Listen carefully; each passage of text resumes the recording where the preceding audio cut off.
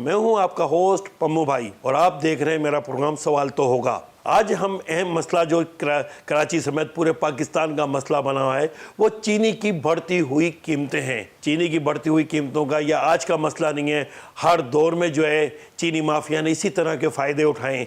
ये कोई पहली बार तो हुआ नहीं है कि चीनी माफिया जो है वह आज कर रही है। जब से पाकिस्तान का क़याम वजूद में आया है तो चीनी माफिया ने अपने पंजे गाड़ लिए हैं। यहाँ पे हर किस्म की आपको माफियाज मिलेंगी।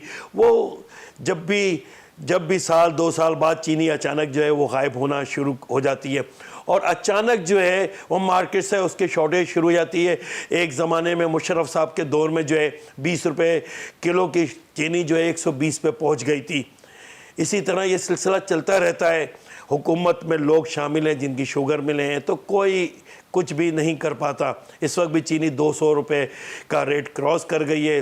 110 पे बिक रही थी, लेकिन 1 से 2 माह के अंदर जो है वो 200 रुपये का रेट जो है वो क्रॉस कर गई है। होलसेल रेट कमिश्नर कराची जो है वो 175 कह रहे हैं, लेकिन 175 में कहीं पे भी शक्कर जो है चीनी दस्तयाब नहीं है। लोग ढूंढ रहे होते हैं, कमिश्नर कराची जो बताते हैं उस पर अमल नहीं करवा पाते।